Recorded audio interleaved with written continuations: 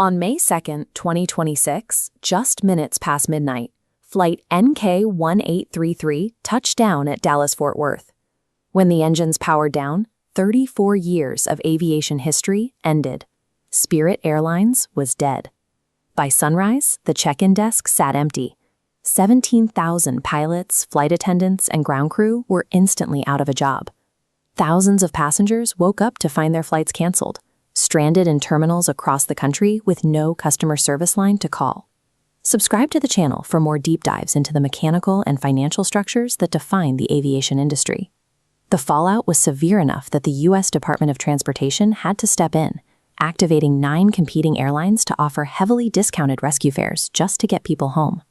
Almost immediately, the blame was cast in multiple directions. The Trump administration pointed to previous regulatory decisions, while financial analysts and industry insiders focused on broken supply chains and geopolitics. The largest budget carrier in America didn't simply run out of money. Its demise followed a distinct sequence of events: a blocked merger, a fleet-wide engine defect, and a surge in oil prices. The trajectory toward shutdown began with the 2024 decision by the Department of Justice. Spirit had agreed to a $3.8 billion merger with JetBlue. The Justice Department stepped in to block it. Their argument was rooted in antitrust enforcement. They believed that letting a larger airline swallow up a budget carrier would reduce competition and raise ticket prices for travelers.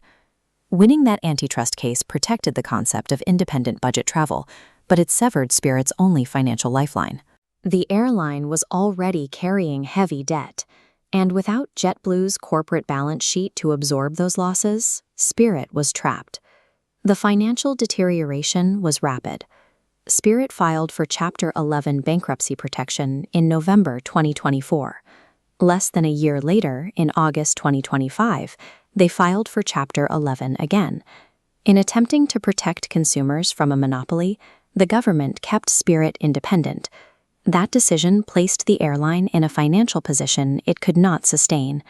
While the airline's financial foundation was weakening, a secondary crisis emerged in its hangars.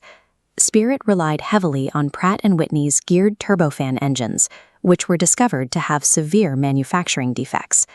To address these flaws, Spirit was forced to permanently ground nearly 10% of its entire Airbus A320 fleet for mandatory inspections and repairs. Spirit sold cheap base fares, resulting in low profit margins. They survived through high flight frequency, keeping planes in the sky constantly. But when 10% of the fleet was grounded, that math broke. Grounded planes generate no revenue, while lease and maintenance costs remain. For legacy carriers, a few grounded planes is an inconvenience. For a budget airline relying on pure volume, it turned their razor-thin margins into a daily, unavoidable cash bleed.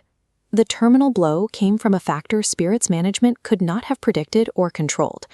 In early 2026, the airline hit a massive spike in operating costs. The outbreak of the 2026 Iran war immediately disrupted global supply chains, severely constraining the flow of crude oil. This chart shows the cost of jet fuel over the last few years. Notice the timeline aligning with the conflict. Within a matter of months, jet fuel prices doubled. There was one final effort to save the company. The Trump administration floated a $500 million taxpayer bailout, but negotiations collapsed just hours before the airline officially ceased operations. The blocked merger and the grounded fleet stripped their financial reserves. When the unpredictable shock of a foreign war hit the energy markets, Spirit was left without any defense. Today, all 131 bright yellow Airbus jets are being returned to lessors. They will be repainted and scattered to other operators around the globe. Spirit Airlines leaves behind a complicated reputation. The internet mocked the airline for its chaotic cabins, strict baggage fees, and bare-bones customer service. But this bar chart illustrates the Spirit effect. When an ultra-low-cost carrier enters a specific route, the legacy airlines are forced to match it. They introduced basic economy tiers and dropped their base fares simply to maintain their market share. With Spirit eliminated from the market, those major airlines no longer face that aggressive downward pressure on their pricing. The largest budget airline in America provided rock-bottom accessibility. Its collapse removes that competitive floor. ensuring that the average traveler will ultimately pay the price for its absence.